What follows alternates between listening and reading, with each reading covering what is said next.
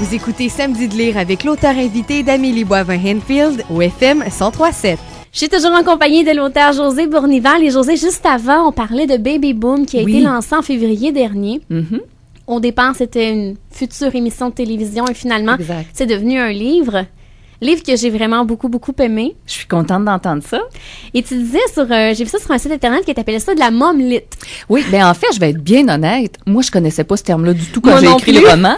C'est mon éditeur qui m'a parlé de ça. Quand je lui ai donné mon manuscrit, il a dit, ben écoute, c'est de la mom-lit, c'est le fun, il y en a pas au Québec. J'ai fait, bon, ben coudonc, OK, pourquoi pas. C'est un courant qui est né en Europe. La mom-lit, en fait, c'est comme le petit cousin, si on veut, de la chick-lit. La chick-lit qui n'est pas une littérature qui s'adresse aux filles célibataires. Ça désigne pas finalement à qui ça s'adresse, mais bien ce qu'il y a à l'intérieur. La chick-lit, c'est des histoires de filles célibataires à la recherche du grand amour. La mom-lit, c'est des histoires de maman. Donc, ça s'adresse pas aux mamans, mais c'est ce dont ça parle. Alors, c'est un nouveau terme littéraire, semble-t-il, qui vient chez nous grâce à Baby Boom. Tant mieux, parce que je trouve que ça manquait. C'est sûr que moi, je suis une adepte de plein de types de littérature. J'aime la chick-lit, j'aime le suspense, le livre d'horreur, j'aime le drame humain. Ce sont des styles qui vont venir me chercher. Mais comme mère, parce que maintenant, c'est ce que je suis, maman de 2 petites filles, enceinte d'un 3e enfant, 3e petite fille d'ailleurs. Ah oui? Oui, c'est confirmé. Évidemment, j'aime ça à l'occasion me retrouver à l'intérieur des différents personnages, sentir que j'appartiens, que j'ai quelque chose en commun avec eux. Et il y en a pas de mère de famille, héroïne de roman. On a beau faire le tour, là, il y en a pas. Ou quand elles le sont, c'est pas l'aspect de leur vie qui est mis à l'avant-plan. Et étant maman, en côtoyant beaucoup, je trouve que c'est un choix de vie qui mérite d'être souligné. Oui. Nous sommes des héroïnes au quotidien et je trouve que, en fait, c'est comme si j'avais l'impression qu'on ne mettait pas une mère de famille à la tête d'un roman parce qu'elle ne le méritait pas. Alors que moi, je trouve que la vie de mère de famille, elle est trépidante, elle est excitante, pleine de rebondissements, des qualités qui vont à merveille pour diriger un roman. Donc, ça valait la peine, ça valait le coup que les mères de famille aient leur héroïne. Et puis, si elles les trouvent dans les 4 personnages principaux de Baby Boom, ben tant mieux. Je pourrais dire que j'ai fait le travail que je souhaitais avec ça. Et Josée, est-ce que tu peux rapidement un peu expliquer aux auditeurs c'est quoi Baby Boom? Oui, Baby Boom, ça ne fait pas référence à Baby Boom. Baby Boom, pour moi, c'est l'explosion qui survient dans la vie d'une personne lorsqu'elle apprend qu'elle va devenir parent, que ce soit un homme ou une femme. C'est tous les changements qu'on voudrait mettre en branle parce qu'on sait qu'un petit être très précieux va arriver et qu'on a une date échéance. C'est dans 9 mois. Donc, on a vraiment un laps de temps limité pour pouvoir changer tout ce qu'on veut. Baby Boom, le roman, présente la vie de 4 femmes qui tombent enceintes en même temps. Ce sont 4 femmes qui se côtoient et se connaissent ou vont apprendre à se découvrir au cours du roman, mais qui vivent la grossesse vraiment de manière fort différente. Je voulais des personnages pour incarner différents points de vue reliés à la maternité parce qu'on ne vit pas tout ça de la même manière. Et mon objectif, c'était un petit peu aussi de dépolir, je dirais, le mythe de la sacro-sainte grossesse qui est supposée être le moment de ta vie de femme où tu t'épanouis le plus. Ben moi, ça n'a pas été le cas. Et à ma première grossesse, j'étais un peu déçue, en fait, de voir que cette espèce d'épiphanie qu'on m'avait promise ne s'était jamais réalisée. Puis quand j'ai commencé à en parler autour de moi, j'ai réalisé que pour la majorité des femmes, la grossesse, c'était pas le pied, là.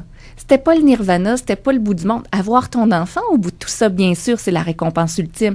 Mais les 9 mois où tu te vomis les tripes dans la toilette, où tu as l'impression d'être un monstre tellement tes hormones t'amènent des sautes d'humeur difficiles, où tu as l'impression que t'es plus du tout connecté sur la même chose que ton conjoint parce que toi, quand tu vois le test de grossesse positif, t'es mère, alors que bien souvent, ton conjoint devient père à la naissance de l'enfant. Donc, il y a un 9 mois de décalage où t'es pas sur la même planète.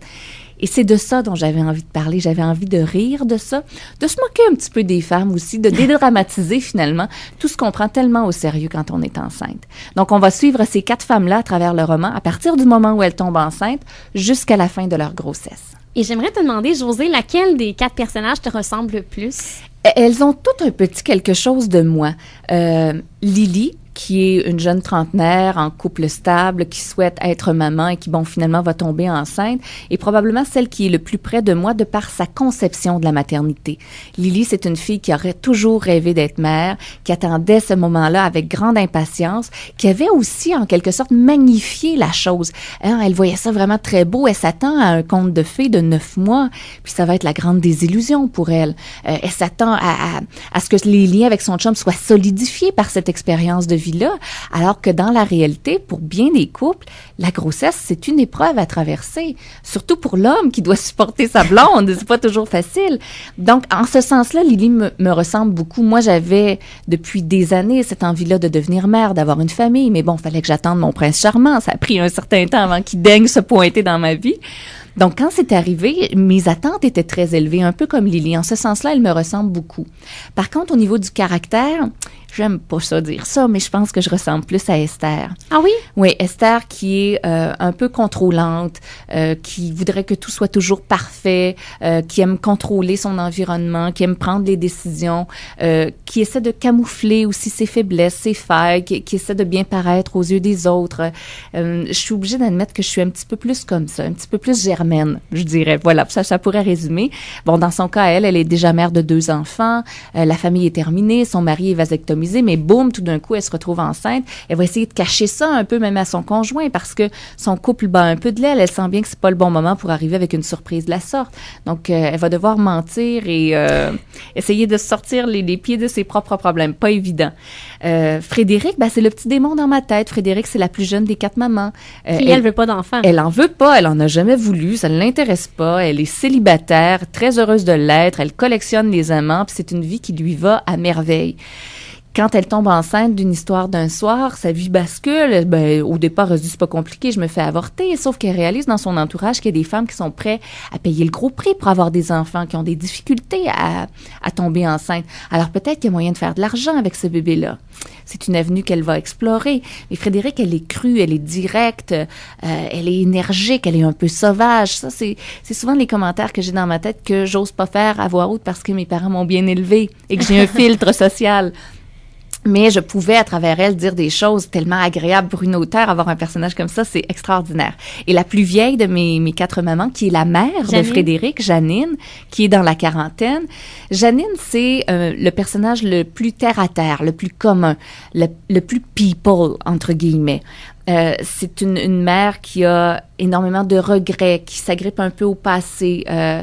Et Janine, ce que je lui ai fait porter, en fait, c'est beaucoup des problèmes que moi, j'ai traversés à travers mes grossesses. J'ai pas des grossesses faciles. Donc, évidemment, je veux pas les dévoiler parce que ça vous dirait ce qui attend Janine au cours de sa grossesse, mais je lui ai fait porter ce que moi, j'ai trouvé difficile de la grossesse beaucoup à Janine, au point de vue physique. Parce que c'est la plus vieille et on sait bien qu'une grossesse à 44 ans, c'est beaucoup plus difficile qu'à 22, physiquement. Donc, j'ai fait porter ça à Janine. Donc, elles ont toutes un petit quelque chose de moi, mais j'ai quand même l'impression que j'ai plus une parenté avec Lily. Est-ce qu'on aura une suite à Baby Boom? Je suis en train de l'écrire! Ah oui?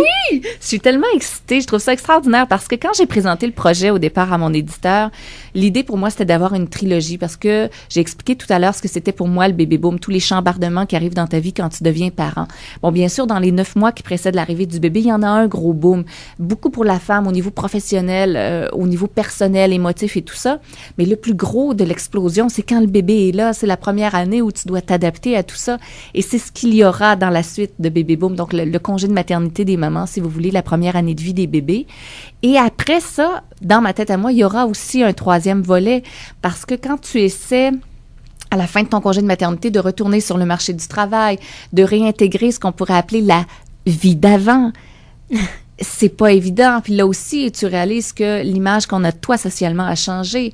Ton milieu professionnel n'accepte pas nécessairement toujours les choix de vie que toi tu as fait.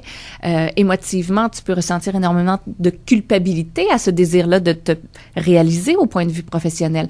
Donc, il y a encore un petit boom qui reste à traiter à ce moment-là. Donc, si tout va bien, il y aura 3 livres.